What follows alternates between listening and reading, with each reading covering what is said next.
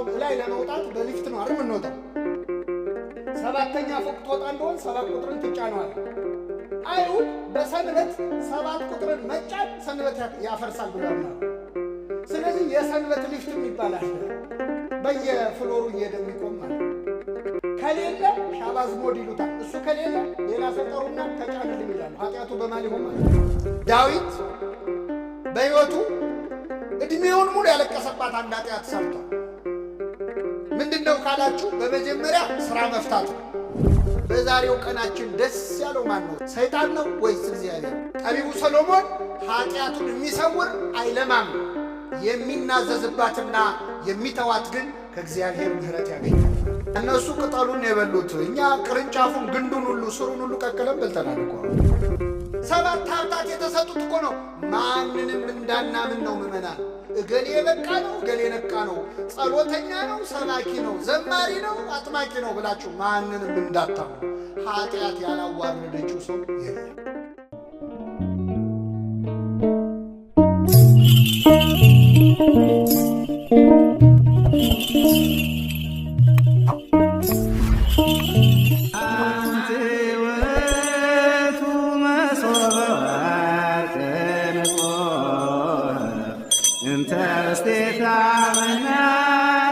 አብ ወወልድ ወመንፈስ ቅዱስ አሐዱ አምላክ አሜን። የልዑል እግዚአብሔር ቤተሰቦች፣ የእናታችን የእመቤታችን የቅድስት ድንግል ማርያም ወዳጆች በእግዚአብሔር ሰላምታ እንዴት ዋላችሁ? እንደምን ቆያችሁ? አሜን። ምሕረት ቸርነቱን አብዝቶ እስከዚህ ያቆየን። በእድሜያችን ላይ የዛሬዋን ዕለት ይህችን ሰዓት ጨምሮ በቸርነቱ ቅዱስ ቃሉን እንድንሰማ ስሙን እየጠራን እንድናመሰግነው በቤቱ የሰበሰበን የአባቶቻችን አምላክ ልዑለ ባሕርይ እግዚአብሔር ስሙ የተመሰገነ ይሁን። እግዚአብሔር አምላካችን በቀሪው አጭር ሰዓት ከመካከላችን እንዲሆንልን፣ እንዲያስተምረን፣ እንዲመክረን ቅዱስ ፈቃዱ ይሁንልን። በሚኖረን ቀሪ ሰዓት በሐዋርያት ሥራ ምዕራፍ 3 ከቁጥር 19 ላይ ተጽፎ በሚገኝ ኃይለ ቃል እንማራለን። የትምህርታችን ርዕስ የሚሆነው የመጽናናት ዘመን እንዲመጣላችሁ ንስሐ ግቡ የሚል ይሆናል። እስቲ ቃሉን ከኔ ጋር እንላለን። የመጽናናት ዘመን እንዲመጣላችሁ ንስሐ ግቡ። ቃሉን የተናገረው ሊቀ ሐዋርያት ቅዱስ ጴጥሮስ ነው። ቅዱስ ጴጥሮስ በሐዋርያት ሥራ ምዕራፍ 3 ላይ በቤተ መቅደስ በሰበከው ስብከት በመጀመሪያ ቀን በዕለተ ጰራቅሊጦስ በአንድ ስብከት 3000 ምዕመናንን አሳምኖ ነበር። በሁለተኛውም ስብከቱ እንደዚሁ በሺህ የሚቆጠሩ ምዕመናን በአንድ ስብከት ተመልሰዋል። ቅዱስ ጴጥሮስ በአንድ ስብከት 3000 ሰዎች አሳምኗል። እኛ በ3000 ስብከት አንድ ሰው ለማሳመን በምንቸገርበት ጊዜ ማለት ሆነን ስናየው በጣም የሚያስደንቅ በእግዚአብሔር ኃይል የተቃኘ ትምህርት አስተምሮ ልክ እንደፈጸመ ምዕመናን ወደ ቅዱስ ጴጥሮስ መጡ። ቀርበውም ምን እናድርግ አሉት ይላል። ምን ተንግበር፣ ምን እናድርግ አሉት። የስብከት ዓላማው ሰዎችን ማስደሰት፣ ጥሩ ስሜት እንዲሰማቸው ማድረግ፣ ለጊዜው ሐዘናቸውን ማስረሳት ብቻ አይደለም። የእግዚአብሔር ቃል የሚነገረው ምዕመናንን ምን እናድርግ ለማሰኘት ነው። ስለዚህ ወደ ቅዱስ ጴጥሮስ ቀርበው ምን እናድርግ አሉት። ጥሩ ስብከት የተሰበከ እንደሆን ምን እናድርግ ያሰኛል። መጥምቀ መለኮት ቅዱስ ዮሐንስም እንደዚሁ ባስተማረ ጊዜ ወታደሮች ሳይቀር ቀርበው ምን እናድርግ አሉት ይላል እና የተሳካ ትምህርት ያስተማረውን ጴጥሮስን ቀርበው ምን እናድርግ ብለው ሲጠይቁት ረጅም አረፍተ ነገር ነው መልስ የሰጠው። ግን ጠቅለል ስናደርገው አሁን የነገርኳችሁን አረፍተ ነገር ቅዱስ ጴጥሮስ ተናግሯል። የመጽናናት ዘመን እንዲመጣላችሁ ምን አድርጉ? ንስሐ ግቡ። የመጽናናት ዘመን እንዲመጣላችሁ ንስሐ ግቡ የሚለው ቃል ያ ዘመን ምን አይነት ዘመን እንደሆነ ያሳያል። የሐዘን ዘመን፣ የመከፋት ዘመን፣ የመገፋት ዘመን ስለነበር አሁን ካላችሁበት ሐዘን እንድትወጡ፣ አሁን ካላችሁበት መከራ እንድትወጡና እንድትጽናኑ ከፈለጋችሁ፣ የመጽናናት ዘመን እንዲመጣ ከፈለጋችሁ ንስሐ ግቡ አለ ቅዱስ ጴጥሮስ። አሁን ያለንበት ዘመን ምዕመናን ብዙ ሐዘን የሞላበት፣ አንገታችንን የምንደፋባቸው፣ የምንከፋባቸው፣ ብዙ አሰቃቂ ነገሮች የምንሰማባቸው ዕለታት የበዙበት ዘመን ነው። እግዚአብሔር ከዚህ ዘመን እንዲያወጣን፣ ከዚህ መከራ እንዲያወጣን፣ የተሻለ ደስታ፣ የተሻለ ሰላም ያለበት ዘመን እንዲያሳየን ከፈለግን ጴጥሮስ መልሱን ነግሮናል። የመጽናናት ዘመን እንዲመጣላችሁ ምን አድርጉ? ንስሐ ግቡ። እንግዲህ ቤተ ክርስቲያናችን ምዕመናን ስለ ንስሐ ሳታስተምር ውላ አድራ አታውቅም። ወንጌል በተነበበ ቁጥር የሚታወጀው አዋጅ መንግሥተ ሰማያት ቀርባለችና ምን አድርጉ ነው? ንስሐ ግቡ ነው። ክርስቲያን የሆነ ሁሉ ስለ ንስሐ ሁሌ ይነገረዋል።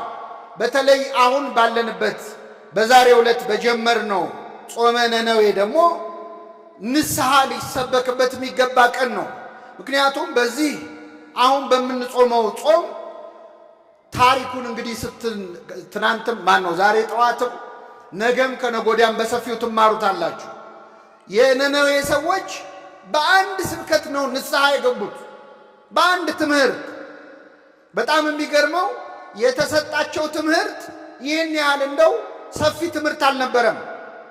ሰባኪውም መስበክ ፈልጎ አይደለም የሰበካቸው፣ ግድ ሆኖበት ነው።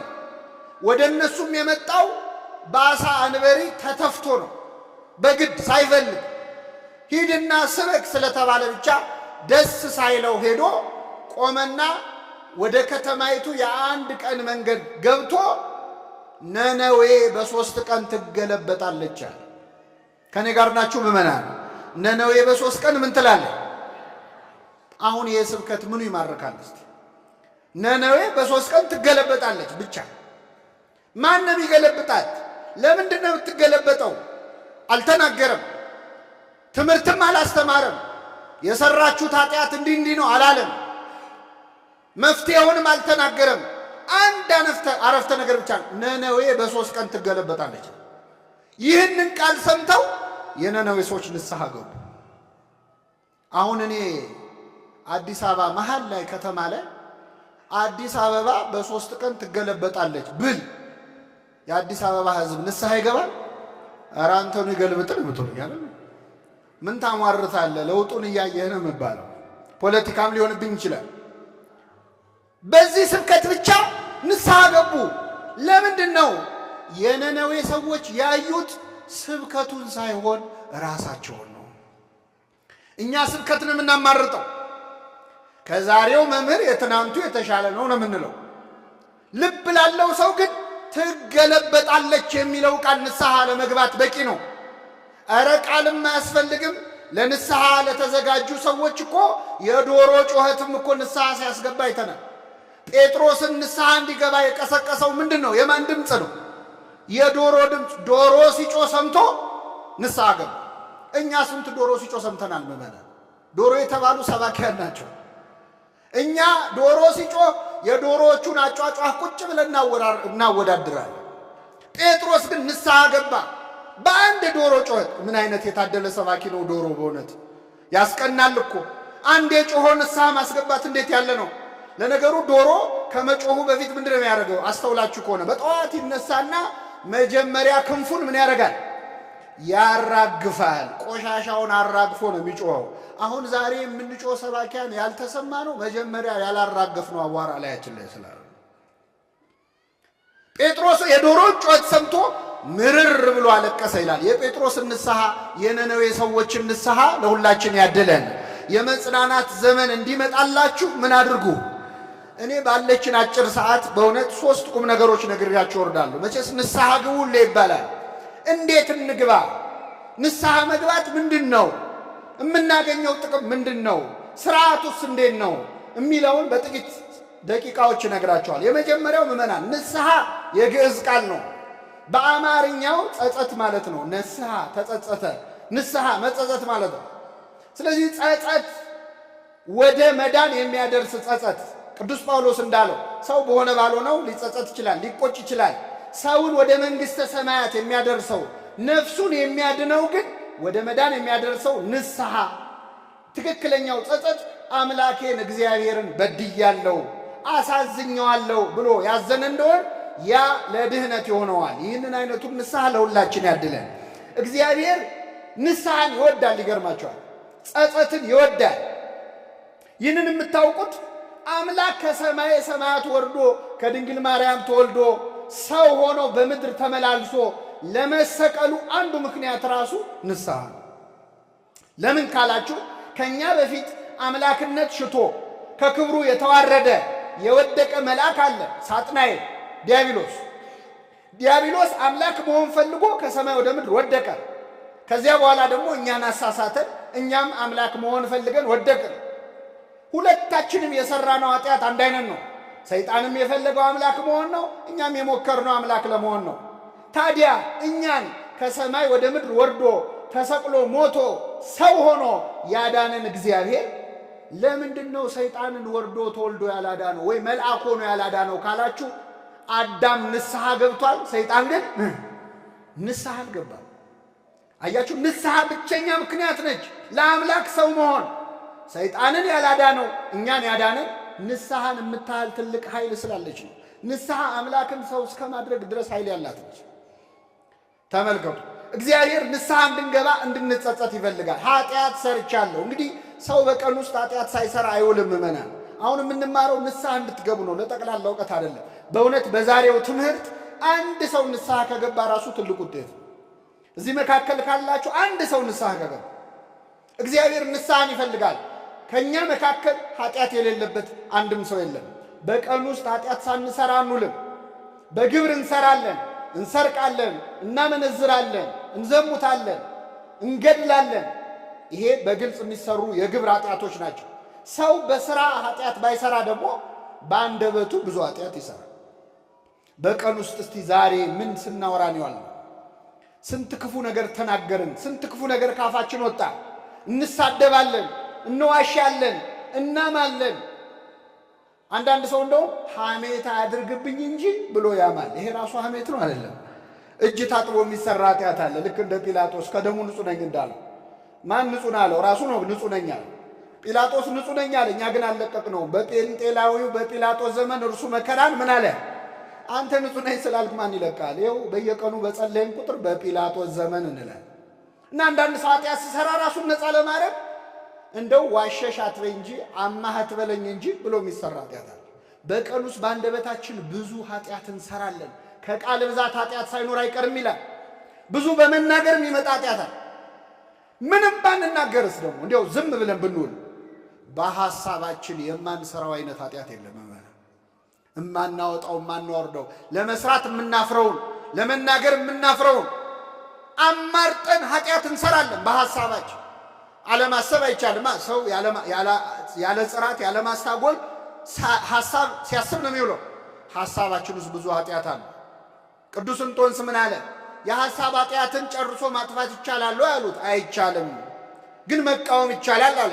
ወፎች በላይ ላይ እንዳይበሩ ማድረግ አትችልም፣ ግን ላይ ጎጆ እንዳይሰሩ ማድረግ ይቻላል አይቻልም? ይቻላል። ስለ የሐሳብ ኃጢአትም ወደ ግብር እንዳያድግ ወደ ስራ እንዳያድግ መቃወም ትችላለህ፣ ጨርሶ አለማሰብ ግን አትችልም። ስለዚህ በቀን ውስጥ በሐልዮ በነቢብ በገቢር በማሰብ በመናገር በግብር ብዙ ኃጢአት እንሰራለን። ይህን ኃጢአት ሰርቻለሁ አምላኬን አሳዝኘዋለሁ ስንል ይሄ ንስሐ ይባላል። ይህንን ንስሐ ለሁላችን ይስጠን። ንስሐችን ግን በምንድን ነው የምንገልጸው? የመጀመሪያው ጸጸት ነው እንዳልኳችሁ።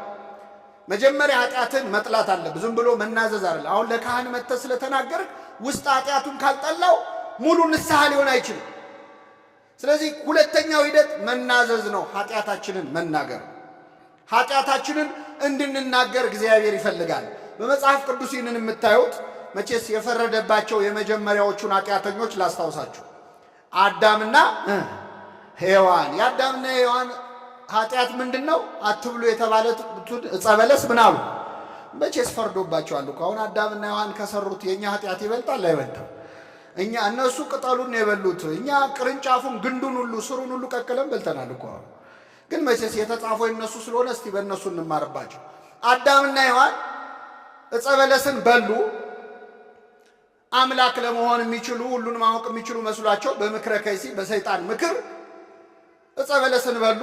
እንኳን አምላክ ሊሆኑ እንኳን አዲስ ነገር ሊያገኙ የነበራቸውንም አጡ። ጸጋ ክብራቸው ተገፈፈ፣ ባህሪያቸው ጎሰቆለ። ይህን ጊዜ እግዚአብሔር ይገርማቸዋል እስከ ማታ ድረስ ጠበቀ። አዳም ወደ እግዚአብሔር አልመለስ አለ። ጠፋ። አዳም ተሸሸገ። ጫካ ውስጥ ገብቶ በዛፎች መካከል እርቃኑን ሆኖ ተሸፈነ። ይህን ጊዜ አዳም ሲቆይበት እግዚአብሔር ጠብቆ መጨረሻ ላይ እግዚአብሔር ፍለጋ ወጣ። ተመልከቱ፣ ተቆጡ፣ ኃጢአትን አታድርጉ፣ በቁጣችሁ መሃል ፀሐይ አይግባ ይላል። እግዚአብሔር እስከ ማታ ጠበቀ። ፀሐይ ሊገባ ሲል እግዚአብሔር አዳምን ፍለጋ መጣ። አዳም አዳም ሆይ ወዴት ነህ አለው ይላል። አዳም አዳም ሆይ ወዴት ነህ? ሁላችሁም ስማችሁን ቀይራችሁ ይህንን ቃል በሉት። መጽሐፍ ቅዱስ የተጻፈው ለአዳም ይመስላችኋል? ኦሪት ዘፍጥረት ሲጻፍ እኮ አዳም ሞቷል። የለም። አዳም አዳም ሆይ ወዴት ነህ ያለው እኔና እናንተን ነው። እግዚአብሔር ሁላችንን ይፈልጋል። መጽሐፍ ቅዱስ ውስጥ እኮ ስማችን ተቀይሮ ነው እንጂ ሁላችንም ታሪክ ተጽፏል። ሌባውም እሱን የሚመስል ሌባ ያገኛል። ዘማዊውም እሱን የሚመስል ዘማዊ ዘማ ያገኛል። እንደ አዳም የጠፋነውም ሁላችንም አዳምን ሲፈልግ እግዚአብሔር እኛን እየፈለገ ነው። እሱን የፈለገ አምላክ ሁላችንን ይፈልጋል። አዳም አዳም ሆይ ወዴት ነህ አለው። አዳምም ምን አለ? ጌታ ሆይ ራቁቴን ስለሆንኩኝ ፈራሁ ተሸሸኩም አለ። ምንን ስለሆንኩ ፈራሁ? አሁን አዳም ኃጢአቱን ተናገረ አልተናገረም? አልተናገረም። ራቁቴን ስለሆንኩኝ ፈራሁ ነው ያለው። የአዳም ኃጢአቱ ራቁት መሆን ነው እንዴ? ምን መብላት ነው? ዕፀ በለስን ስለበላሁ አላለም። ራቁቴን ስለሆንኩኝ ፈራሁ አለ። አዳም ኃጢአቱን ትቶ ኃጢአቱ ያመጣበትን ችግር ነው ያወራው። ራቁቴን ሆንኩኝ። ይሄ ማለት ምን መሰለህ? አንዳንድ ሰው አሁን ንስሐ አባቱ ጋር ይመጣና አባቴ ይሄ መጠጥ እኮ ጤና አሳጣኝ ይላል። ተመልከ፣ ኃጢአቱን ትቶ ኃጢአቱ ያመጣበትን ችግር ሰካራም ነኝ ነው የሚባለው በቀጥታ እንጂ መጠጥ ጤና አሳጣኝ አይባል። ራቁቴን ስለሆንኩኝ ፈራሁ ተሸሸኩም አለ። እግዚአብሔር ደግሞ ጠየቀው፣ ራቁትህን መሆንህን በምን አወቅህ? በምን አወቅ? አትብላ ካልኩ ዛፍ በላህን አለው። ልብ አድርጉ ምዕመናን፣ እግዚአብሔር አሁን ዕፀ በለስን አዳም መብላት አለመብላቱን ያውቃል አያውቅም? ያው ገና ሳይፈጥረው ያውቃል። ቅድመ ይፍጥሮ ለአዳም ያምር ግብሮ። አዳም ሳያውቀው ስራውን ያውቃል። ግን ጠየቀው። ለምንድን ነው የሚጠይቀው? እግዚአብሔር ኃጢአታችንን በአንደበታችን እንድንናዘዝ ይፈልጋል። በምን አወቅህ ራቁትህን መሆንህን? አትብላ ካልኩ ዛፍ በላህ ወይ አለው እግዚአብሔር። አዳም መለሰ፣ ረዳት ትሁንህ ብለህ የሰጠኸኝ ሴት ከዛፉ ሰጠችኝና በላሁ አለ። አሁን ተናገረ አልተናገረ? አምጦ አዳም ኃጢአቱን ተናዘዘ። ግን ኃጢአቱን መናዘዝ ብቻ ሳይሆን ክስ ጨመረበት። ማንን የከሰሰው? ሔዋንን። አንደኛ ተከሳሽ ሔዋን ነች። ሁለተኛ ተከሳሽ ክብር ይግባውና እግዚአብሔር ነው። ረዳት ትሁንህ ብለህ ምን ያልከኝ አንተ? እሷን ባሰጠኝ እሷን ማሰጠኝም እኔም አልበላም። ስለዚህ ሁለተኛው ተከሳሽ ማን ነው? እግዚአብሔር። አያችሁ፣ ሰው ለኃጢአቱ በሰው ያመካኛል። እገሌ ገፋፍቶኝ፣ እገሊት ገፋፍታኝ፣ እንዲናርግ ብሎኝ፣ እንዲናርግ ብላኝ ይላል። ሁለተኛው እግዚአብሔርን ይከሳል። አምላኬ ለምን ተወኝ ይላሉ እኮ አንዳንድ ሰዎች የፈለጉትን ኃጢአት ሰርተው። እንዲህ ሲሆን ለምን ዝም ይላል ይላሉ። ወደው የሰሩትን ኃጢአት ነው። እግዚአብሔር ረዳት ትሁን ብለህ የሰጠኝ ሴት አለው። በእውነት አዳም እኮ ሔዋን የተሰጠችው ቀን ምንድን ነው ያለው? ይቺ አጥንት ከአጥንቴ ናት፣ ይቺ ሥጋ። አሁን ፍቅሩ ሲያልቅ ደግሞ የሰጠኸኝ ሴት አለ። የሰጠኸኝ ሴት አለ። አንዳንዴ እግዚአብሔርን ሰጠን ብለን ደስ ብለን የተቀበልነውን ነገር ስንቆይ ደግሞ ጣልክብኝ፣ ምን ነው ምን አረኩ እንላለን። እግዚአብሔር ቀጠለ፣ ሔዋንን ጠየቃት። ምን አላት? ለምን ዕፀ በለስን ሰጠሽው እንዲበላ አላለ። የአዳምን ወሬ ይዞ ሔዋን ላይ አልጮኸም እግዚአብሔር። ሁሉም ሰው የራሱን ታሪክ እንዲናገር እድል የሚሰጥ አምላክ ነው። ስለዚህ ወደ ሔዋን ዞረና ያደረግሽው ምንድን ነው አላት። እባብ አሳተኝና በላው አለች። ማን አሳተኝ? አሁን አያችሁ፣ ይሄ የአዳምና የሔዋን ጸባይ እስካሁን አልተቀየረም። እኛም እንደዛ ነን እኮ። በሰው እናመካኛለን፣ በእግዚአብሔር እናመካኛለን፣ ሶስተኛ በእባብ እናመካኛለን። አሁን እባብ ማን ነው? ዲያብሎስ ነው። ሰይጣን አሳሳተኝ እንላለን እኮ ኃጢአት ሰርተን ሰይጣን አሳሳ። አሁን ሰይጣን አያሳስትም ማለት አይደለም፣ ግን አሁን በዚህ ዘመን እውነት እንደው ሰይጣን ራሱ ያስፈልገናል ለኛ ለምንሰራው ኃጢአት? ራሳችን እንችለናል እኮ ተደራጅተን በደንብ ኃጢአት በደንብ እኮ እየሰራን ነው።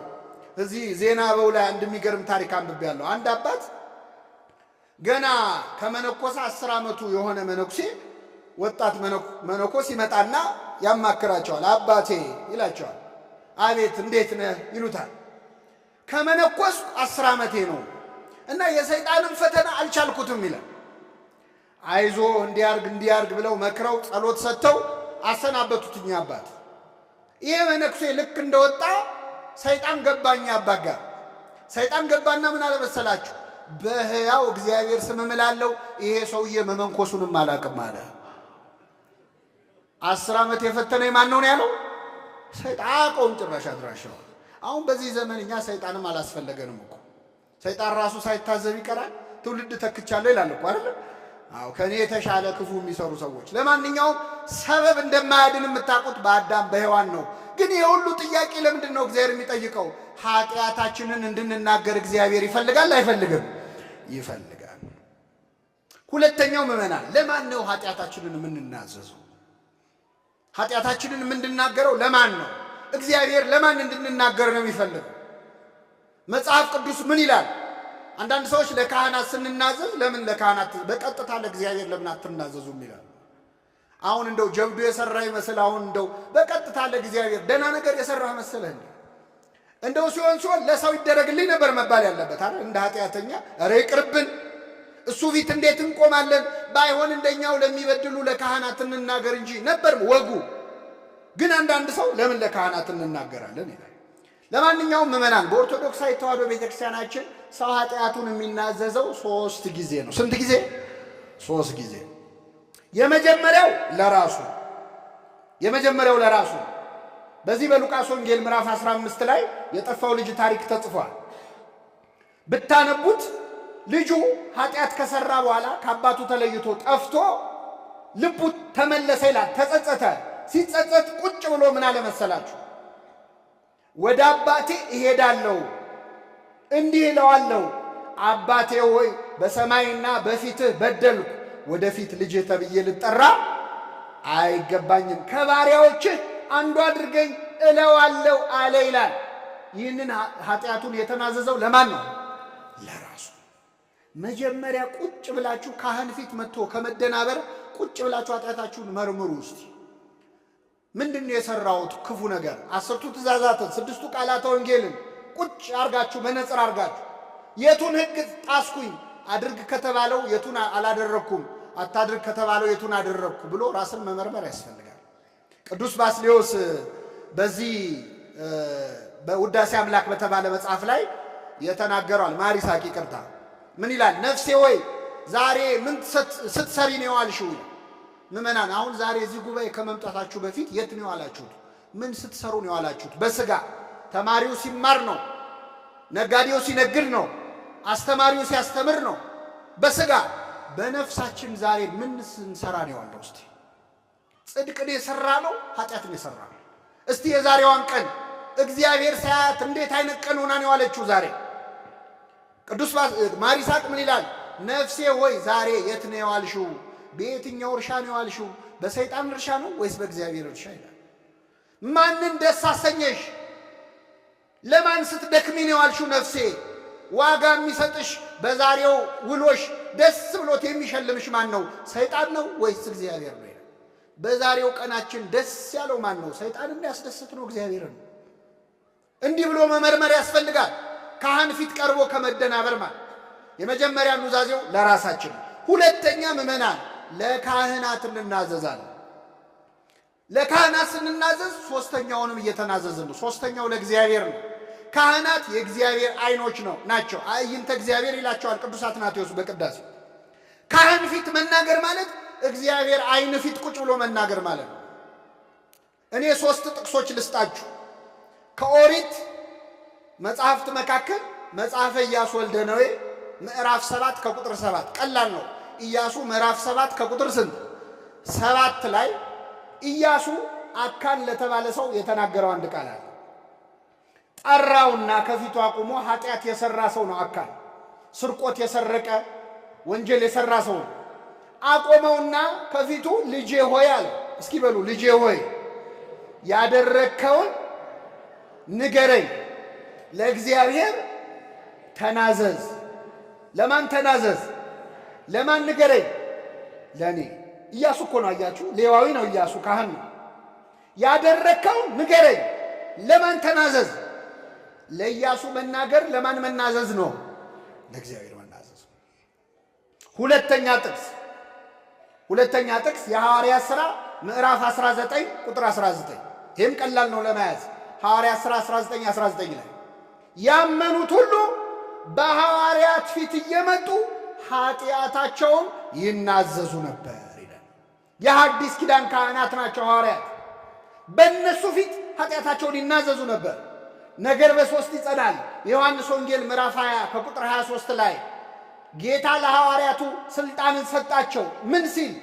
ኃጢአታቸውን ይቅር ያላችኋቸው ይቀርላቸዋል፣ የያዛችሁባቸው ተይዞባቸዋል። ስለዚህ ለአባቶቻችን ለካህናት ተናግረን የኃጢአት ይቅርታ እንድናገኝ የማን ፈቃድ ነው ማለት ነው? የእግዚአብሔር ፈቃድ ነው። አሁን ችግሩ ምን መሰላችሁ? ሰይጣን አሁን ልክ በቼስ እዚህ መሃል ንስሐ አባት የሌለው ሰው የለም። የሌላችሁ ካላችሁ ዛሬ ያዙ እና መቼስ ካህን ሆኖ የገንዘብ ፍቅር ያለበት ሊኖር ይችላል አይችልም? ይችላል። ከመጀመሪያዎቹ ካህናት ከ12 ሐዋርያት መካከል ጌታውን አሳልፎ የሸጠው ይሁዳ ምን ስለሚወድ ነበረ? ገንዘብ ስለሚወድ፣ ሌባ ስለነበረ ነው ይላል ዮሐንስ ወንጌል። በጣም ይገርማል። እኔ በእውነት ይሁዳ ሌባ ነበረ። ክርስቶስ ይሁዳ ሌባ መሆኑን ያውቃል አያውቅ? እያወቀ ለምን ገንዘብ ያዥ ያደረገው? እስቲ ልንገራቸው። አሁን እኛ ብንሆን ዘበኛ ስንቀጥር ሌባ እንደሆነ የምናውቀውን ሰው ዘበኛ አድርገን እንቀጥራለን? ትቀጥራላችሁ? አረ ተዉት። ሌቦች ራሳቸው ሌቦች፣ ዘርፈው የሚተዳደሩ ሌቦች ዘበኛ ሲቀጥሩ የሚቀጥሩት ሌባ ሰው ነው ወይስ ታማኝ ሰው? እነሱ ምንድን ናቸው? ግን ታማኝ ሰው ፈልጉልኝ ብለው ይቀጥራሉ። ክርስቶስ ለምንድን ነው ሌባ እንደሆነ እያወቀ ይሁዳን ገንዘብ ያዥ ያደረገው? ለምንድን ነው? ቤተ ክርስቲያን ሙዳየ ምጽዋቷን የሚዘርፉ ሰዎች ሁሌ እንደሚያሰቃዩት እንድናውቅ። ክርስቶስ እያለም ሌባ ነበረ፣ አሁንም ሌባ አለ የለም? እስከ ምጽአት ድረስ ሌባ ይኖራል አይኖርም? እኔም እያለው ሌባ ነበረ እንዳደነግጡ ለማለት። ሌባ እየን ብላችሁ እንዳትበረግጉ። እና እኚህ ካህን በጣም ፍቅረ ነዋይ ያጠቃቸው ነበር።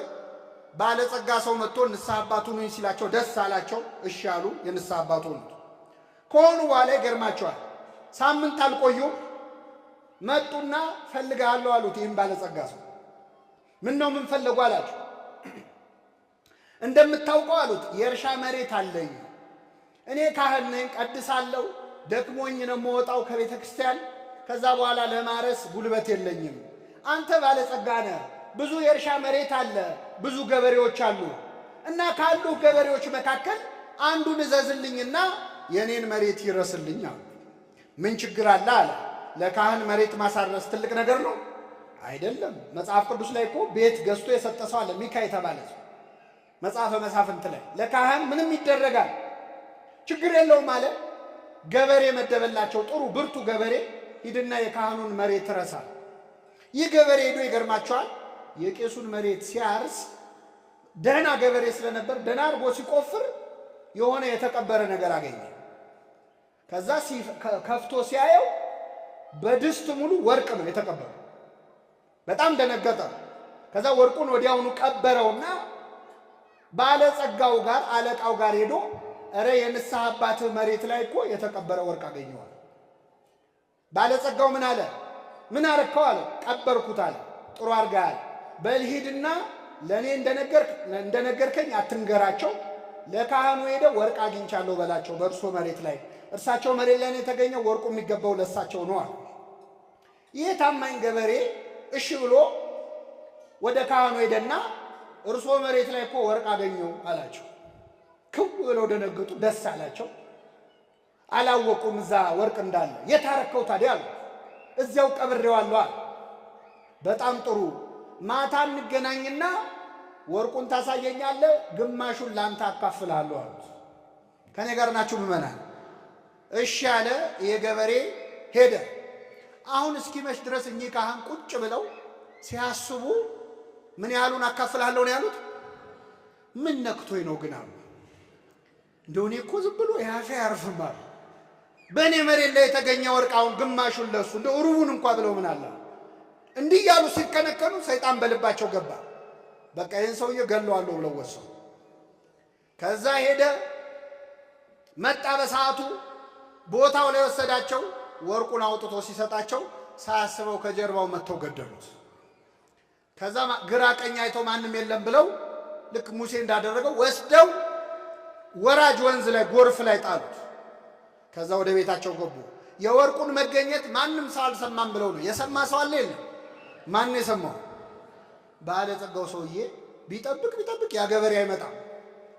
ከዛ በማግስቱ ጠዋት ሄዶ እዛ እርሻ ቦታ ላይ ሲፈልገው የደም ምልክት አየ። በጣም አዘነ። እኚህ ሰውዬ ይህንን ገበሬ ገለውታል ማለት ነው አለ። እሳቸውን እግዚአብሔር ይፍረድባቸው። እኔ ግን አለ ከዛሬ ጀምሮ ቤተ ክርስቲያንም አልሄድ፣ መስቀልም አልሳለም፣ ስጋው ደሙንም አልቀበልም አለ። እንደዚህ አይነት ንግግር ሰምታችሁ አታውቁ? ታውቃላችሁ አታውቁ? እኔ እንደው ሞታለሁ እንጂ የአባ ገሌን መስቀል አልሳለም የሚሉ ሰዎች። መስቀሉ የማን ነው? የክርስቶስ ነው። የክርስቶስ መስቀል አይደለም ኃጢአተኛ ካህን ዲያብሎስ ቢይዘው ራሱ ይረክሳል። ችሎ አይዘውም እንጂ አይረክስም። እና የሰውዬ ከቤተ ክርስቲያን ቀረ ካህኑ እንዲያረገ ብሎ። በኋላ ቅን ሰው ስለነበር እግዚአብሔር ህልም አሳየው። ምንድን ነው ያሳየው? ሌሊት ተኝቶ በህልሙ እልም ባለ ጭው ባለ በረሃ ላይ ብቻውን ሲሄድ ያያል። አሸዋ ነው። ከላይ ፀሐይ ይመታዋል፣ ከታች አሸዋው ግሏል፣ እግሩን ያቃጥለዋል፣ ባዶ እግሩን ነው። ውሃ ጥም ጉሮሮውን ያሰቃየዋል፣ ደርቋል ጉሮሮ። እና እየተሰቃየ እያለ የፏፏቴ ድምፅ ሰማ። ኮለል ብሎ የሚፈስ ውሃ ሰማ። አስቡት ጠምቷችሁ የውሃ ድምፅ ስትሰሙ። ስለዚህ የውሃውን ድምፅ ተከትሎ ሲሄድ እውነትም ንጹህ ውሃ ኮለል ብሎ እየፈሰሰ ነው። እጁን ሰዶ ሊጠጣ ሲል ግን ውሃው ራቀው፣ አይደርስበትም። ሞከረ፣ ተሳበ፣ አልቻለም። በኋላ አንድ ሰውዬ መጥቶ በንጹህ የወርቅ ጽዋ፣ ንጹህ በሆነ የወርቅ ጽዋ ከዛ ውሃ ቀድቶ እንካጠጣ። ውሃው ንጹህ ነው፣ ጽዋው የወርቅ ነው፣ ንጹህ ነው። ሰውየው ግን ከራስ ፀጉሩ እስከ እግር ጥፍሩ ቁስለኛ፣ እጁም የቆሳሰለ ነው፣ የሚያስፈራ ቁስል አለበት። ግን ውሃው ንጹህ ነው። የሰውየውን ቁስል አየ፣ ተጸየፈ። ግን ውሃው ጠምቶታል። አይ ሰውየው ቢቆስልም ውሃው ንጹህ ነው፣ ምን ቸገረኝ ብሎ ያንን ጽዋ ሊጠጣ አፉን ሲከፍት ከእንቅልፉ ነቃ። ያ ንጹህ ውሃ የተባለ የሕይወት ውሃ እኔ ነኝ ያለ የክርስቶስ ሥጋና ደም ነው። የቆሰለው ሰውዬ ኃጢአተኛው ካህን ነው። በኃጢአት ምክንያት የቆሰለ ኃጢአት ያቆሰለችው የክርስቶስ ሥጋና ደም ግን ንጹህ ነው። በእኛ በኃጢአተኞቹ እጅ ብትቀበሉት የእኛ ኃጢአት የክርስቶስን ሥጋና ደም ንጽህና ሊያሳድፈው ይችላል? አይችልም። ይህ ሰውዬ የትምህርት ሆኖት ከዛ በኋላ ወደ ቤተ ክርስቲያን ተመለሰ። ሁላችንን ይመልሰን። ሰይጣን ሆን ብሎ ከሥጋው ደሙ ሊያርቅ ሲፈልግ የካህን ክፉ ወሬ ነው የሚያሰማው። አሁን በዚህ በሶሻል ሚዲያ ዘመን ደግሞ ከቅዱስ ፓትርያርኩ አንስቶ ብፁዓን ሊቃነ ጳጳሳትን መዘርጠጥ፣ ስለ ቤተ ክርስቲያን ሰዎች ክፉ መስማት እኮ አዲስ ነገር አለ። የኔ አይነቱ ሰባኪ ይነሳና ከቅዱስነታቸው ጀምሮ ጳጳሳቱን አባቶችን ሙልጭ አርጎ ተሳድቦ ወስብሐት ለእግዚአብሔር ይላል። እናንተ ትገቡና ቃለ ሕይወት ያሰማልን ትሉታለን። በጣም ያሳዝናል። የካህን ክፉ ነገር ጥሩ ነገር ጥሩ ካህን ቢኖር ዝናው አይሰማም። ክፉ ካህን ካለ ግን ዓለምን ያዳርሳል። እዚህ የሉቃስ ወንጌል ምዕራፍ 1 ላይ ዘካርያስ ቤተ መቅደስ ውስጥ እያጠነ እያለ የማይጠንት ሰሞነኛ ሆኖ እያጠነ እያለ ሊቀ መላእክት ቅዱስ ገብርኤል ከመሠዊያው በስተቀኝ ተገለጠለት ይላል። ሚስቴ ኤልሳቤጥ ትወልዳለች አለው። እንዴት ይሆናል አለ፣ ተጠራጠረ። ይሄ እስከሚፈጸም ድረስ ዲዳ ትሆናለህ አለው። ምን ትሆናለህ? ከዚያስ ዘካርያስ ከቤተ መቅደስ ዲዳ ሆኖ ወጣ።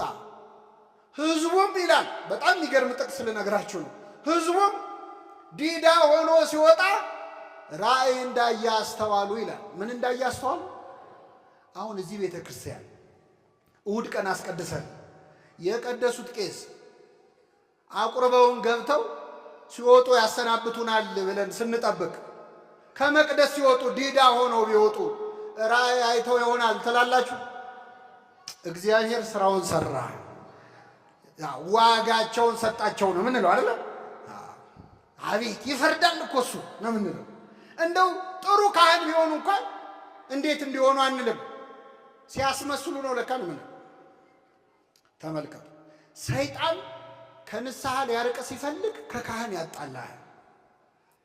በሚመጣው ዓመት የሚያብድ ሰው ዘንድሮ ሱሪውን ዝቅ ዝቅ ያደርጋል ይባላል። ከንስሐ የሚርቅ ሰው ዘንድሮ ካህን መሳደብ ይጀምራል። መስቀል መሳለም ያስጣላዋል። የሰማይ መንገድን ነው እየዘጋ ያለው። ካህኑ ምን ትጎደዋል? እንደዚህ ከማድረግ እግዚአብሔር በቸርነቱ ይሰውራል። ስለዚህ ኃጢአታችንን ለካህናት እንድንናዘዝ የማን ፈቃድ ነው? ሁለት ነገር ነግሬያቸው አበቃለሁ። እንግዲህ ለማን እንደምንናዘዝ ነግሬያቸዋል። እንዴት እንናዘዝ የሚለውን ልንገራችሁ እናበቃለሁ። ኃጢአታችንን ዘርዝረን ነው መናዘዝ ያለ። ጠቢቡ ሰሎሞን ኃጢአቱን የሚሰውር አይለማም፣ የሚናዘዝባትና የሚተዋት ግን ከእግዚአብሔር ምሕረት ያገኛል ይላል። ኃጢአታችንን በደንብ አድርገን ነው መናዘዝ ያለብን። ኑዛዜ ማለት የሚገርማችሁ ግዕዙ እንደውም ናዘዛ አረጋጋ ነው። ኑዛዜ መረጋጋት ነው። አንድ ሰው ኃጢአቱን በደንብ ከተናዘዘ እረፍት ያገኛል፣ መረጋጋት፣ ሰላም ያገኛል። አድበስብሶ ከተናዘዘ ከደበቀ ደግሞ በሽታውን የደበቀ ምን የለውም መድኃኒት። ኃጢአታችንን ስንገልጠው አሁን የሰራነውን ኃጢአት ከልጅነት እስከ እውቀት እስካሁን የሰራነውን ካህኑ ፊት ቀርበን፣ ካህኑ ምስክር ነው፣ የምንናዘዘው ለእግዚአብሔር ነው። ካህኑም ሰምቶ ከኃጢአት ማሰሪያ ማን ይፍታ ነው የሚለው። ስለዚህ እግዚአብሔርንም ይሰማን እግዚአብሔርንም ይፈታል። ፍቱ እኮ ብሏቸዋል። እነሱ ግን አሳልፈው ለእግዚአብሔር መልሰው እግዚአብሔር ይፍታ ይላል። ፍቱ ብሏቸው ሳለ በትህትና ማለት የሰጣቸውን ይሰጡታል መልሱ። ስልጣን የሱ ስለሆነ ተመልከቱ። ስለዚህ ካህን ፊት መተን ስንናዘዝ እረፍት፣ ሰላም እናገኛለን። ኃጢአትን ስትደብቀው ደግሞ እግዚአብሔር ይገልጥብሃል፣ ስትገልጠው ይደብቅልሃል። መጽሐፍ ቅዱስ ላይ ኃጢአትን መደበቅ ምን እንደሚያመጣ የሚያሳይ አንድ ታሪክ ልንገራችሁ። ታሪኩ የነቢየ እግዚአብሔር ዳዊት ታሪክ ነው። ዳዊት በሕይወቱ ዕድሜውን ሙሉ ያለቀሰባት አንድ ኃጢአት ሰርቷል። ምንድነው ካላችሁ፣ በመጀመሪያ ስራ መፍታት ነው። ስራ ፈቶ በቤቱ ሰገነት ላይ ሲመላለስ ኦርዮ የተባለ ኬጢያዊ ሰው ሚስት ገላዋን ስትታጠብ አየ። ባየ ጊዜ ልቡ በዝሙት ጦር ተነደፈ። ማናት ይቺ ሴት ብሎ ጠየቀ። የኬጢያዊው የኦርዮ ሚስት ናት አሉ። ዳዊትም አስመጣት። ተመልከቱ፣ ኃጢአት የሚጀምረው ማናት ሲባል የገሌ ሚስት ናት ሲባል ማቆም አለብህ። ባለ ትዳር ነው ሲባል ማቆም አለብሽ። ባለ ትዳር ናት፣ ባለ ትዳር ነው ከተባለ በኋላ ጨዋታው ከቀጠለ መጨረሻው ነው። ማናት አለ፣ የኦርዮ ሚስት ናት። አስመጣት፣ አስነወራት ይላል። ምን አለ መጽሐፍ ቅዱስ? ባልና ሚስት ተስማምተው የሚፈጽሙትን ሩካቤ አወቃት ይላል። አዳም ሚስቱን ሔዋንን አወቃት ይላል። ከሕግ ውጭ ከሆነስ አስነወራት ይላል። ግብሩ አንድ ነው፣ ግን እግዚአብሔር የሚያየው በተለያየ አይነት። ይችን ሴት አስመጣት፣ አስነወራት። ሴቲቱ ገላዋን ትታጠብ የነበረው ከወር ልማዷ ነጽታ ነበርና ወዲያውኑ ጸነሰች። ከዛ እንዳረገዘች ላከችበት መልእክተኛ። ጉድ ነው እንግዲህ፣ እግዚአብሔር ያሳያችሁ። ንጉሥ የወታደር ሚስት ቀምቶ፣ ዳዊትን ያህል ንጉሥ የወታደር ሚስት ቀምቶ ከሱ ልጅ ጸነሰች ቢባል ለስሙ ጥሩ ነው አይደለም። ስለዚህ ዳዊት ምን አረገ? ጦር ሜዳ ደብዳቤ ልኮ ኬጢያዊውን ኦርዮን አስመጡልኛል። ኦርዮ ተልኮ መጣ። ንጉሡ ፊት ቀረበ፣ ሰላምታ ቀረበ። ዳዊት ምን አለው? እንዴት ነህ? ጦሩ እንዴት ነው? ሰላም ነው ወይ አለው። እግዚአብሔር ይመስገን፣ ታቦተ ጽዮንን ይዘን እግዚአብሔር አልተወንም፣ ጠላቶቻችንን ድል እየነሳን ነዋል። በልሽ ወደ ቤት ግባና አረፍ በል አለው። ዓላማው ምንድን ነው? ዳዊት ገብቶ ከሚስቱ ጋር እንዲተኛና ልጁ የማን ነው እንዲባል፣ የእሱ ነው እንዲባል ግባና ተኛ አለው።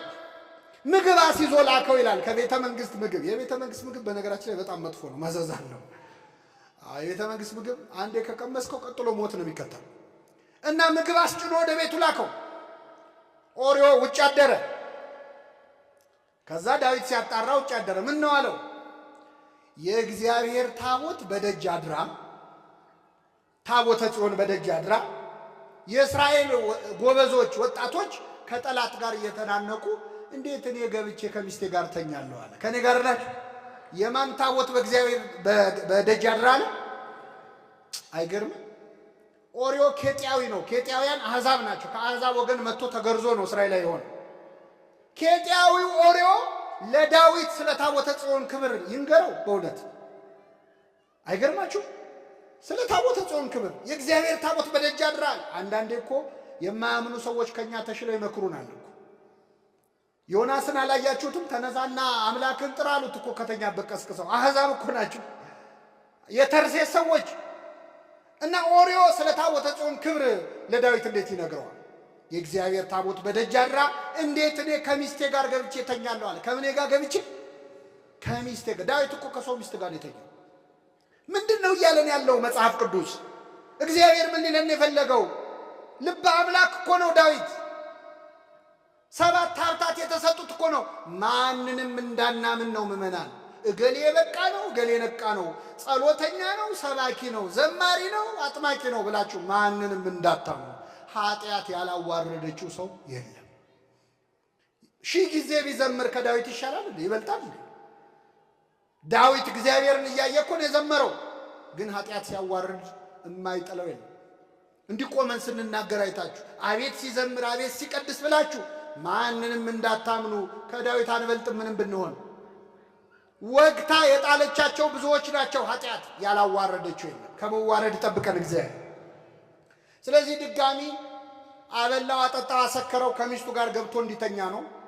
እሱ ግን አሁንም ውጭ አደረ። ሰካራም የልቡን አይስትም።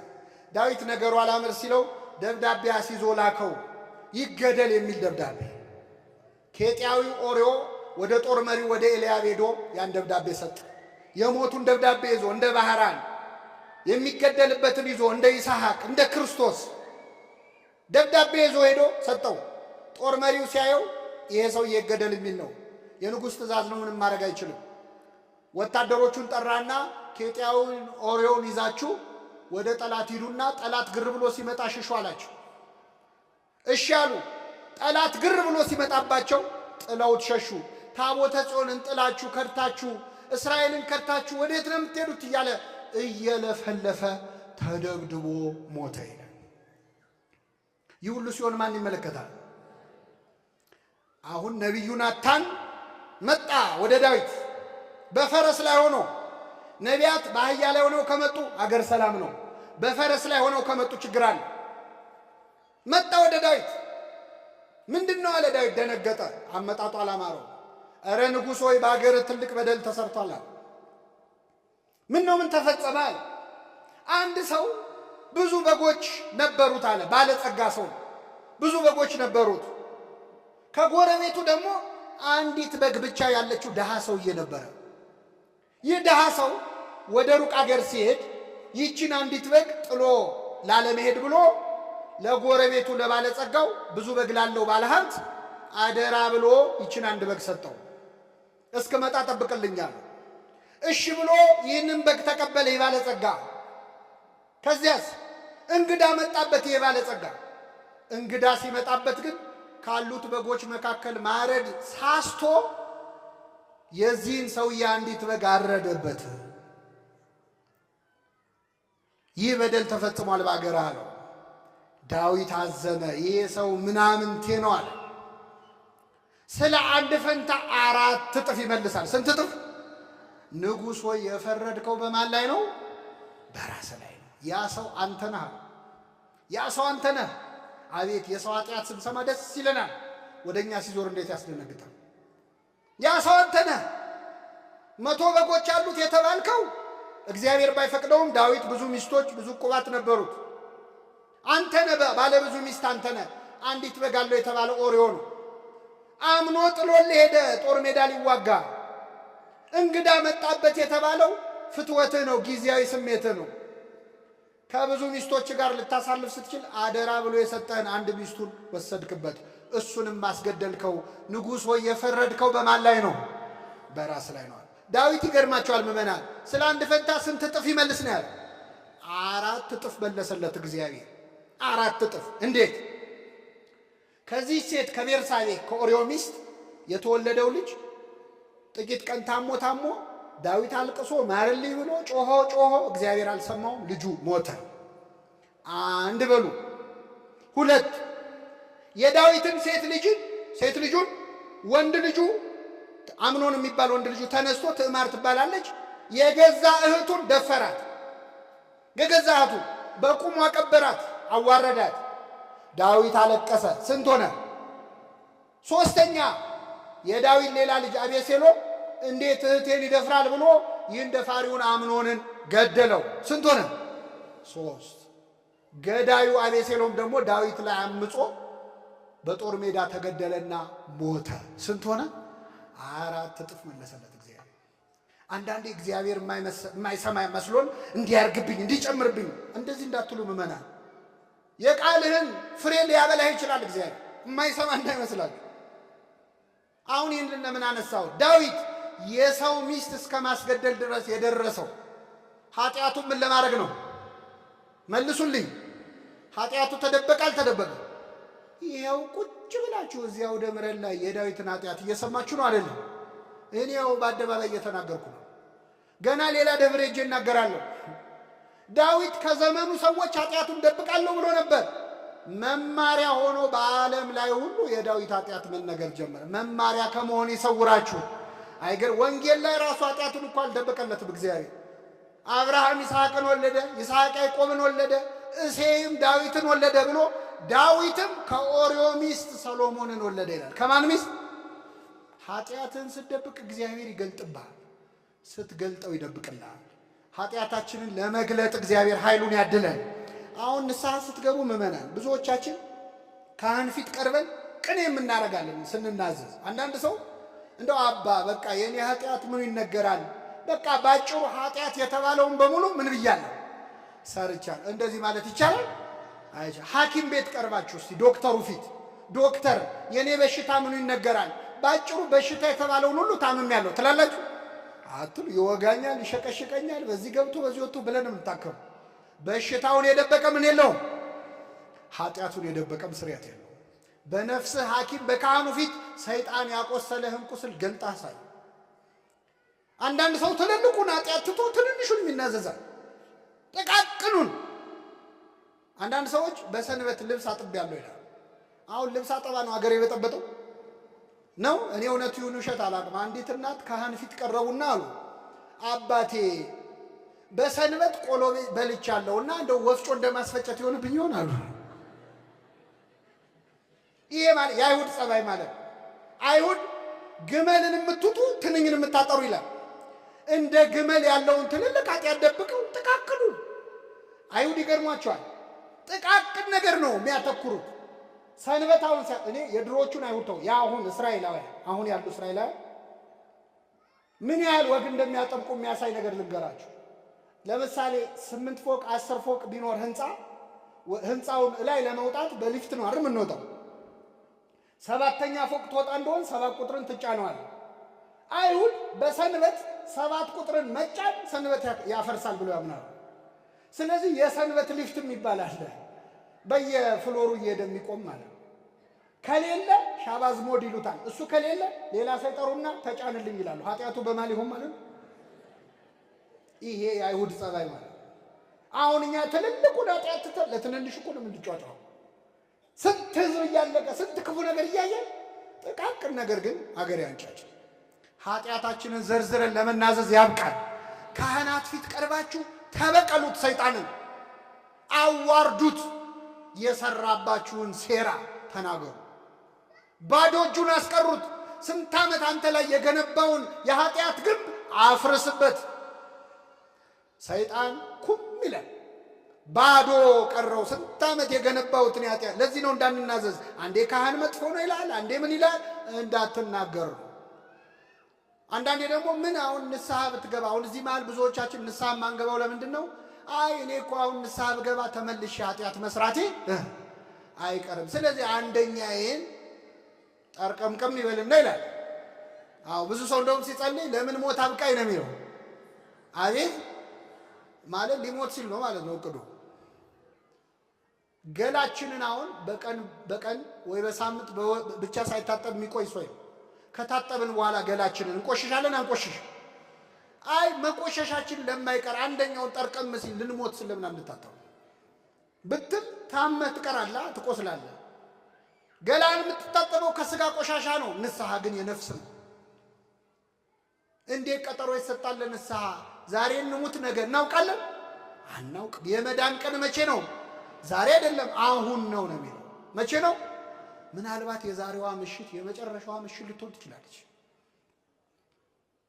እኛ ችግሩ ምን ሞት አይመስልም። ሰው እኮ ቀብር ላይ ቆሞ እኮ ያቅዳል። እኔ ይገርመኛል እኮ ልባችን አይሞትም። ቀብር ላይ ቆመን እናቅዳለን። አረ ይሄ ሰውዬ እየሞተ ነው እኔ ነገ ሞታለሁ አትልም። 1000 ዓመት አይኖር እንላለን። 100 ዓመት እንኳን እኮ አንኖርም። የምን 1000 ዓመት ነው? ማቱሳላ ነህ እንዴ አንተ 1000 ዓመት አይኖርም የምትለው? 100 ዓመትም አንኖርም። እችም እድሜ ሆና ግን ለንስሐ ቀጠሮ እንሰጣለን። የመዳን ቀን መቼ ነው? አቤት የመጨረሻው ምዕመናን ካህናት ኃጢአታችንን ሰምተው ሲጨርሱ የሚሰጡን ቀኖና አለ። ስለሱ አንድ ነገር ነግሬያቸው እወርዳለሁ። ምን ይሰጠናል? ቀኖና ጾም ይሰጠናል፣ ጸሎት፣ ስግደት፣ ምጽዋት ብዙ ነው። በቤተ ክርስቲያናችን ፈውስ መንፈሳዊ የሚባል መጽሐፍ አለ። ብዙ አይነት የቀኖና አይነት አለ። ካህን ሊቆጣን ይችላል። አባት ልጁን መቆጣት ይችላል አይችልም? ይችላል። ስራ ሊያዘን ይችላል። ይሄን ቤተክርስቲያን ዞራ አጽዳ ሊልህ ይችላል፣ አጽጂ ሊልሽ ይችላል። ዋናው ዓላማው ግን ምዕመናን ቀኖና ማለት ሕክምና ነው እንጂ ቅጣት አይደለም። የሚሰጠን ጾም፣ የሚሰጠን ስግደት እኛን ከኃጢአት ምን ለማድረግ ነው? ለማላቀቅ። አሁን እኛ የሚመስለን ምንድን ነው? ብዙ ኃጢአት ላለበት ሰው ብዙ ስገድ የሚባል፣ ትንሽ ኃጢአት ላለበት ሰው ትንሽ ስገድ የሚባል እንደዛ አይደለም። ቤተክርስቲያን እንደውም በተቃራኒው ነው የምትሰራው። ብዙ ኃጢአት ላለበት ሰው ትንሽ ስገድ ሊሉት ይችላሉ፣ ወይም ዝም ብለህ ሂድ ብለው እሳቸው ለሱ ሊሰግዱለት ይችላል። ምክንያቱም ብዙ ስገድ ከተባለ አንደኛ ስግደቱን ሲሰማ ተስፋ ቆርጦ ሊጠፋ ይችላል። ሁለተኛ ችሎ ከሰገደ ደግሞ እንደው ስገድ ብለው ችሎ ከሰገደ እግዚአብሔር ይቅር ያለኝ በቸርነቱ ሳይሆን በምኔ ነው ይላል፣ በስግደቴ ነው እንዳይል። እንደውም አንድ ሰውዬ ምን አደረገ መሰላችሁ? ብዙ ኃጢአት መጥቶ ለካህን ተናገረ።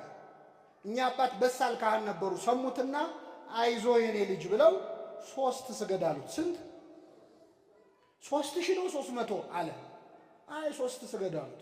3 ሰግዶ ሄደ። አላመነም። በኋላ ያው ለታሪኩ እንዲመች ነው እግዚአብሔር የማያውቀው የለም። ክርስቶስ ተገለጠና ለምንድን ነው 3 ስገድ ያሉት ይህን ሰው እያላቸው? ጌታ ሆይ ያሉት 3 ስገድ ያልኩት እኔ ጨካኝ ሆኜ ነው። አንተ ብትሆን ኖሮ ኃጢአት ተሰረየችልህ ብለህ በነፃ ምን ትለው ነበር? ታሰናብተው ነበር።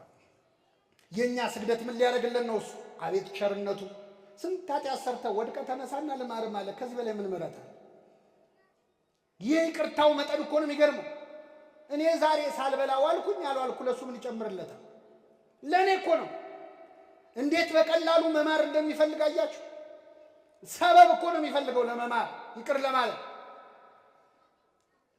እና የቀኖና ዓላማው እኛን ወደ እግዚአብሔር ለማቅረብ ነው። ብዙ ኃጢአት ያለበትን ሰው ትንሽ ስገድ ይሉታል። ትንሽ ኃጢአት ያለበትን ሰው ግን ብዙ ስገድ ይሉታል። ምክንያቱም የሰው እንዲበቃ ትንሽ ነው የቀረው። የመጨረሻው ነጥብ ምዕመናን ካህናት የሚሰጡን ቀኖና ምን ያህል ወደ እግዚአብሔር የሚያቀርብ መሆኑን አንድ ነገር ነግሬያቸው አበቃለሁ። አንድ ሰውዬ ነፍስ ያጠፋል። ከኔ ጋር ናችሁ? 7 ሰው ይገላል። ስንት ሰው? 7 ሰው ገሎ ሊናዘዝ ካህን ጋር ይመጣል እና አባቴ 7 ሰው ገደልኩ ይላቸዋል።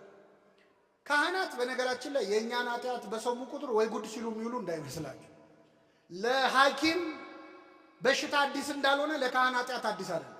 እኛም አዲስ ነገር ኃጢአት አንሰራም። በነገር ምንም ክሬቲቭ እኮ አይደለም። ዝም ብለን የምንሰራው ያንኑ ነው። እና መጥቶ በቅርቡ የተሾሙ ገና ዓመት ያልሞላቸው ወጣት ቄስ ናቸው። ብዙ ኃጢአት ሰምተው ያውቁ። መጣና ይሄ ሰውዬ 7 ሰው ገደልኩ አላቸው። ደነገጡ። እኛ አባት ገና መሾማቸው ነው። በስመ አብ ወወልድ ወመንፈስ ቅዱስ አሉ። አደነጋገጣቸውን ሲያይ እኚህ ሰውዬማ ወስደው ለፖሊስ ነው የሚሰጡኝ ብሎ እሳቸውንም ገደላቸው። ስንት ሆኑ? አሁን መናዘዝ ፈለገ። ድጋሚ ሌላ ካህን ጋር ሄደ። እንደው አረጋዊ ካህን ጋር ሄደና አባቴ ንስሐ ልገባ ነው አለ። ምንድን ነው አሉት። 7 ሰው ገድያለሁ። ገደልኩ ብዬ ሄጄ ለካህን ስናገር ሲደነግጡ ሳይ እንዳያጋልጡኝ ብዬ እሳቸውንም ጨምሬ ገደልኳቸው። በድምሩ ስንት ሰው ገድያለሁ አላቸው። እኚህ ካህን ምን አሉ? ይሄማ ቀላል ነው፣ ምንም ችግር የለውም አሉ። ምክንያቱም 9ኛ እንዳይሆኑ። ይሄ ምን ያሳስባል የኔ ልጅ፣ ይሄን ያስጨነቀ አይዞ ሰይጣን ነው የሚፈትንህ። አንተ መጀመሪያ ጠበል ነው መጠበቅ ያለብህ አሉት። አንተ ላይ አድሮ ግደል ግደል የሚያሰኝ ሰይጣን ነው። ጠበል አጠምቃለሁ ና በል አሉትና ይዘውት ሄዱ። ጫካ መሃል ላይ ሲደርሱ የሆነ ጉድጓድ አገኙ እና በገመድ ውረድ አወርድሃለሁ፣ ወርደህ ጉድጓድ ውስጥ ዋሻ አለች፣ ዋሻ ውስጥ ጠበል አለ፣ ይዘህ ትመጣለህ፣ አጠምቃለሁ፣ ትሄዳለህ አሉት። ደስ አለ። ይሄማ ቀላል ነዋል እና ሄዱ። ጉድጓዱ ጋር ደረሱ። በገመድ አወረዱት። ከዛ ገብቶ ዋሻ ውስጥ ሲያይ ጠበል የለም። ከዛ ተመልሶ ሲመጣ እኛ አባት ያንን ገመድ ሰብስበውታል፣ አንተ እዛው ነው መቆየት ያለብህ አሉት። አሰሩት ማለት ነው። አሁን ይሄ ሰውዬ ውስጥ ሆኖ ይዝታል። ልውጣ ብቻ ይላል። እኔ ከዚህ ጉድጓድ ከወጣው አንተ 1 ቀን አታድርም ይላል። እኚህ ካህን ዝም ብለው ሄዱ። በማግስቱ ሙሉ ቀን ውሎ ማታ ሲመጡ አንዲት ዳቦና አንዲት ኮዳ ውሃ ይዘው መጡ። ይዝታል። ልውጣ ብቻ ይላል። ያችን ዳቦ ወረወሩለት። በላ። 7 ቀን 14 ቀን 21 ቀን በቀን አንዴ እየመጡ ይሰጡታል። ይሳደባል፣ ይበላል። በቀን አንዴ ነው የሚበላው ማለት ምን ማለት ነው? ምመናል ይሄ ሰውዬ ምን እያደረገ ነው? እየጾመ። ይገርማችኋል። ወር 2 ወር ሲሆነው ስድቡ የቀነሰ መጥቶ አንድ ቀን ሲመጡ ምን አላቸው? አባ ነገ ሲመጡ ከዳቦውና ከውሃው ጋር መጽሐፍ ቅዱስ ይዘውልኝ ይምጡ አላቸው። እሺ አሉት። አሁን የሰውዬ ቁጭ ብሎ ከኦሪት ዘፍጥረት ጀምሮ ማንበብ ጀመረ። ሲያነብ ልቡ ተሰበረ። ኧረ አባቴ እኔ ሰው ገደልኩ ብዬ ነው የተናገርኩት። የእኔ ኃጢአትማ ብዙ ነው፣ እንዲህም አድርጌያለሁ ይላል። አይዞ እግዚአብሔር ይፍታ ይሉታል፣ ይሄዳል። እንዲህ እያለ 1 2 ዓመት 3 ዓመት ሆነ። አንድ ቀን እኛ አባት ውሃና ኮዳቸውን ይዘው ዳቧቸውን ይዘው ሲመጡ ይሄ ሰውዬ እዛ ጉድጓድ ውስጥ የለም። ደነገጡ። ያው የእሱ ነገር አይታመንም፣ ቤት በኩል ዞሮ ሊመጣ ነው ብለው ግራ ቀኝ ሲያዩ አባቴ ይፍቱኝ የሚል ድምፅ ሰሙ። ቀና ሲሉ ሰውየው አየር ላይ ነው ያለው። እግዚአብሔር ይፍታሉ፣ ተሰወረ። በቅቷል። ምን ለማለት ነው?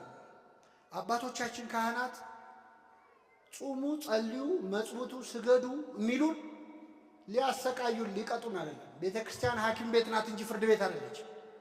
ለኃጢአታችን ቅጣቱንማ ፍትሐ ብሔር ላይ ሄደህ አንብብ። ቤተ ክርስቲያን ጾሙን፣ ጸሎቱን፣ ስግደቱን የምትሰጠን ወደ ማን ልታቀርበን ነው? ወደ እግዚአብሔር። ምዕመናን የተማርነው ለጠቅላላ እውቀት አይደለም። እዚህ ጉባኤ ላይ ቁጭ ብላችሁ ይህንን ትምህርት ሰምታችሁ ንስሐ ባትገቡ እኛ እንጠየቅ። የመዳን ቀን መቼ ነው? አሁን ነው። የመጽናናት ዘመን እንዲመጣላችሁ ንስሐ ግቡ። የሰማነውን በልቡናችን ያሳድር።